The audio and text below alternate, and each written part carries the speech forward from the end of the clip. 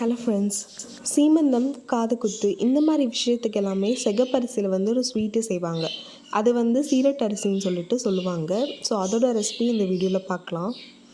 அது ஃபஸ்ட்டு கடாயில் சிறுபருப்பை வறுத்து எடுத்து வச்சுக்கோங்க. நீங்கள் எவ்வளோ குவான்டிட்டி அரிசி செய்கிறீங்களோ அதுக்கு 1/4 ரொம்ப கம்மியாக தான் சிறுபருப்பு தேவைப்படும். ஏன்னா அது ஒரு டாப்பிங்ஸ் மாதிரி தான். ஸோ அதை வறுத்து எடுத்துக்கோங்க. நல்லா ஒரு டார்க் ப்ரௌன் கலர் அளவுக்கு வறுத்து எடுத்துக்கோங்க. ரொம்ப தீச்சிடாதீங்க, அதுக்கப்புறம் கசக்கும். அதுக்கப்புறம் ஒரு 3 ஏலக்காய் பொடி பண்ணி எடுத்து வச்சுக்கோங்க.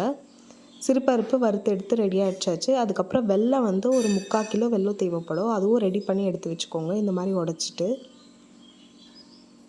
அப்புறம் தேங்காய், இது நல்லா ஒரு முடி தேங்காய் இருக்கும், குட்டி குட்டியாக கட் பண்ணிவிட்டு இந்த மாதிரி ரெடி பண்ணி எடுத்து வச்சுக்கோங்க. இதுவும் நம்ம ஃப்ரை பண்ணிவிட்டு ஒரு நல்ல ஒரு கோல்டன் ப்ரௌன் அளவுக்கு ஃப்ரை பண்ணி எடுத்து வைக்கணும். அப்போ தான் அரிசியில் அது கெட்டு போகாது. ரொம்ப நாள் நம்ம வச்சு சாப்பிடலாம். ஸோ எல்லாமே நம்ம ஃப்ரை பண்ணி போட்டால் கொஞ்சம் ரொம்ப நாள் வரும். ஸோ அது கெடாது சீக்கிரம். அதனால் தேங்காய், சிறுபருப்புலேருந்து எல்லாமே நம்ம ஃப்ரை பண்ணி போட்டுக்கலாம். இப்போ வெல்லம் பாகு காய்ச்ச போகிறோம். ஜஸ்ட் 1 கிளாஸ் டம்ளர் அளவுக்கு தண்ணி ஊற்றிட்டு, அந்த தண்ணி கொதித்த பிறகு நம்ம ரெடி பண்ணி வச்சுருந்த வெல்லத்தை அதில் சேர்த்துக்கலாம். வெல்லம் கம்பி பதம் வர அளவுக்கு நம்ம நல்லா காய்ச்சி எடுக்கணும். ஸோ அது வரைக்கும் கிண்டிகிட்டே இருங்க, இல்லைனா அடிப்பிடிச்சிடும். வெல்லம் இப்போ பாருங்கள், கீழே நம்ம அதை ஊற்றும் போது நல்லா பாலாக விழுதா, இந்த மாதிரி ஒரு ஸ்டேஜில் தான் நம்ம எடுக்கணும். இங்கே கம்பி பதம் வந்துச்சுன்னு சொல்லிட்டு எப்படி கண்டுபிடிக்கணும்னு சொல்லிட்டு ஒரு மெத்தட் இருக்குது. ஒரு கிண்ணத்துலேயோ இல்லை ஒரு பிளேட்லேயோ தண்ணி எடுத்துக்கோங்க. நார்மல் பிளெயின் வாட்டர் தான்.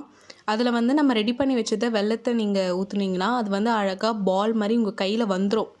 அது செப்ரேட் ஆகாது, இல்லை தட்டில் ஒட்டிக்காது, எதுவுமே ஆகாது. அதை நீங்கள் அப்படியே சுருட்டி எடுத்திங்கன்னா ஒரு பால் மாதிரி உங்கள் கையில் வந்துடும் அது. ஸோ இந்த மாதிரி பதம் தான் கம்பி பதம். ஸோ இந்த மாதிரி ரெடி பண்ணி எடுத்துக்கோங்க.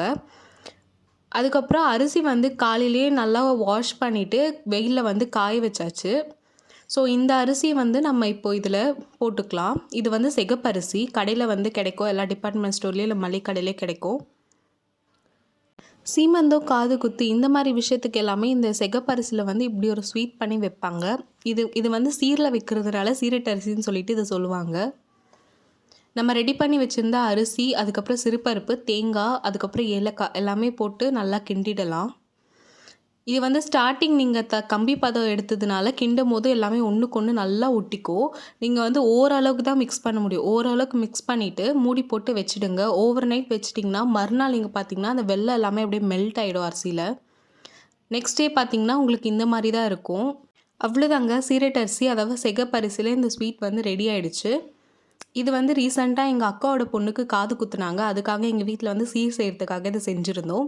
ஸோ அதோட ரெசிபி அப்படியே உங்களுக்காக நான் காட்டிட்டேன். ஸோ உங்கள் வீட்லேயே ஏதாவது விசேஷம், ஏதாவது காது குத்து, ஏதாவது சீமந்தம்னா இந்த மாதிரி ரெசிபி கண்டிப்பாக ட்ரை பண்ணுங்கள். இது கண்டிப்பாக வைக்கணும். ஸோ நீங்களும் ட்ரை பண்ணி பாருங்கள். இந்த வீடியோ பிடிச்சிருந்தா லைக் அண்ட் ஷேர் பண்ணிவிட்டு அப்படியே டம்மி டைம் சேனலுக்கு சப்ஸ்கிரைப் பண்ணிவிடுங்க.